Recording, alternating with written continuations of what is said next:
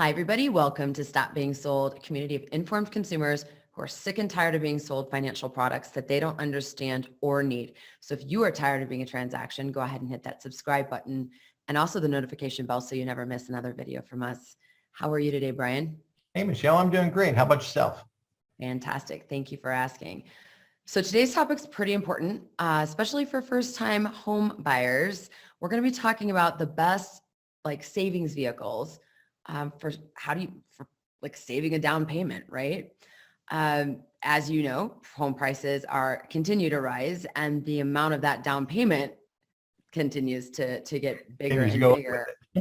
Absolutely. And so, you can stick it in a basic savings account and get no interest, or you can save it in something like an IRA or a 401k, for example. Sure.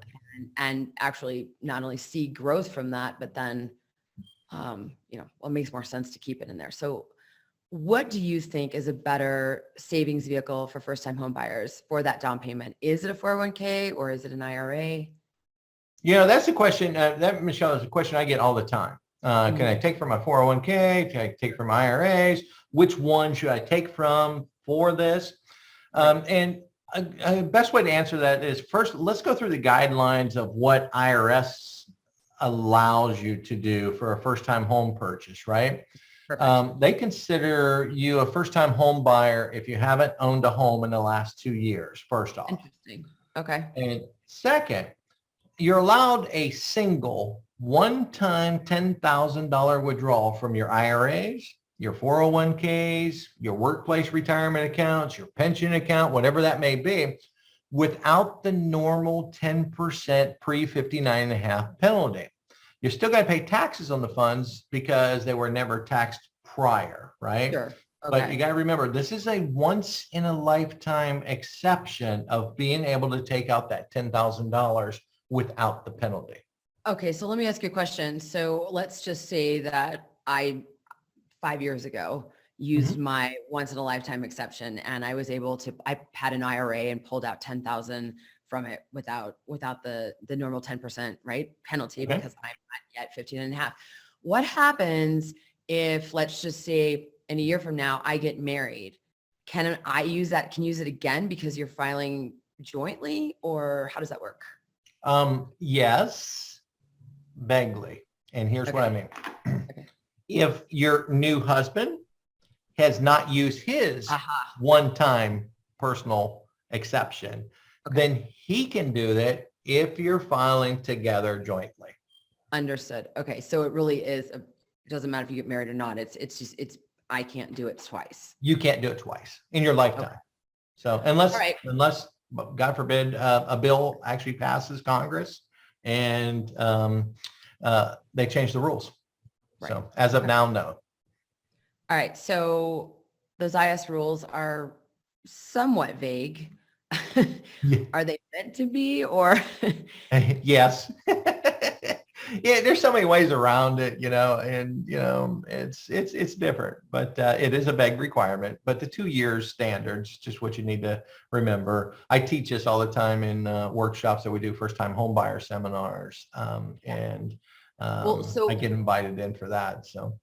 Well, let's have this conversation about what do you think personally in your 24 years as a financial advisor? What do you think is a better savings vehicle, the IRA or the 401k? For first-time home saving for first-time home purchase. For first-time home purchase. Okay. Me personally, number one, I love the Roth IRA as a specific example for this. Okay. I love the Roth IRA anyways. It's probably one of the best investment vehicles ever created. But this right here, there's two reasons why I like the Roth IRA over your 401k or a traditional IRA. One, first of all, your Roth IRA is made with after-tax money, meaning after you've cashed your paycheck. You brought your paycheck home, now you deposit into your Roth IRA. And because we're using after-tax money, Michelle, you can withdraw all your contributions at any time without a penalty. So there's your savings account, right? if you're, and think about this, for 2022, the contribution limit is $6,000. Unless you're over 50, then it's $7,000. So you can stash a lot of money into this account. There's your savings account. Then you get growth on top of it, depending on how you're investing in there. But the second reason I like the Roth IRA is up to $10,000 in Roth IRA earnings can also be withdrawn free of both taxes and penalties for that first-time home purchase. Right. And if you qualify for that exemption that we just talked about, the pre-59.5 penalty of 10% is waived. Now, on the earning side of it, you can avoid taxes on them earnings also if you held that account for 5 years. The 5-year rule, right? So this is just Roth that has the provision for yes. free of both taxes and penalty. Traditional, you would have to go. You might be able to waive the penalty with the IRS rules that you can withdraw that 10,000. Right.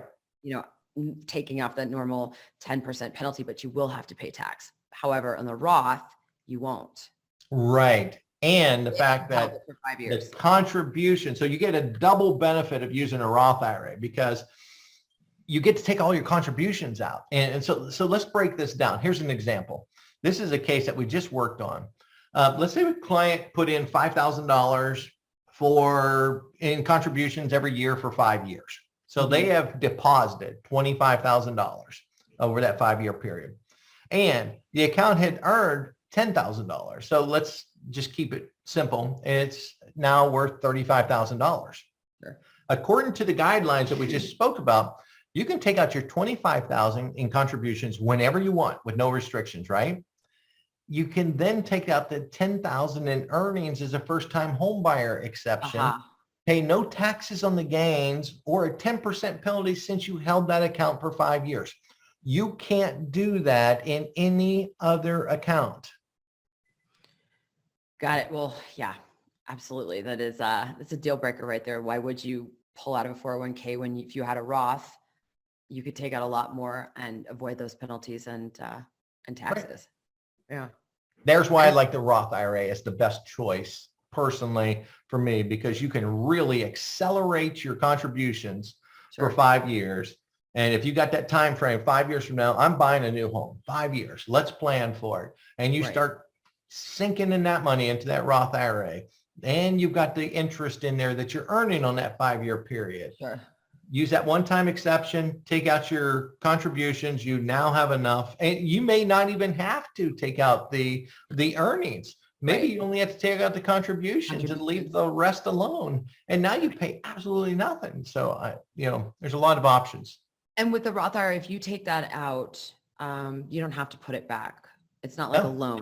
It's literally just, you're just taking your own money back. And that's another reason against like a 401k, borrowing from your 401k.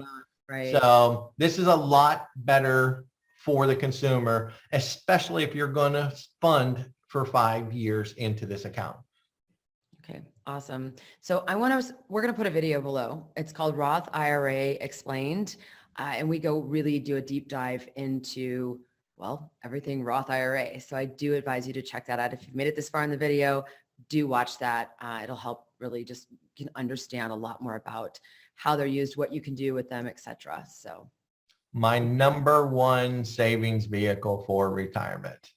It's too bad you can't put more in it, right? If they ever change that, there would be no need for a 401k, in my opinion, but whatever. All right. Well, thank you, Brian, for explaining this to us today. If you like the content of this video, go ahead and give us that thumbs up sign, smash the like button.